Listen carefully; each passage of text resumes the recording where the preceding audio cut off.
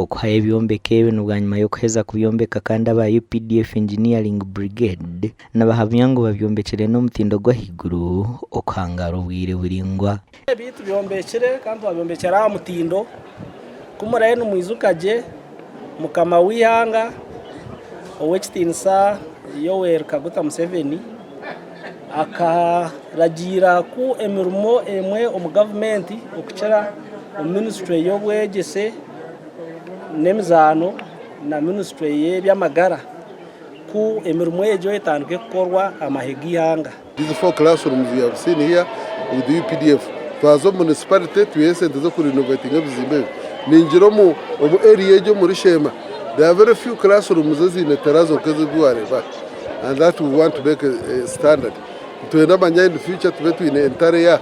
Ebyombeko bibiri biri mu classroom ina kandi bimazireho sente ziri ku miliyoni 350 otiriho n'ekindi kyombeko ekyahirwe municipality ku rugo ministry y'ebyobwegyese. Omuranga wa government gwo kugira ngo amashomero gatandike no kugira ngo omuzire rero tarakwebasa atakayiheho kariya yakwe nasigaza ngo riraza kupakira umwana ku mutwara buganda wahika hano rango abana abantu bashoma wahika hano rango government etiro hamani bwe nabeshengereza obamani na mnonga ubwo kugira ngo atakaza kuguza iki yabayineho arakutwara umwana ishobora tarakumenya cyakuza kurga munyensia na nayaza hanashoma nyenda kutera umuranga abantu bona bo mu community ngo echo kwetaga cyo na Kirkarira Seed School sa government school tukaka ahabwo kuba tureberiyirwe ebintu twetaga biro.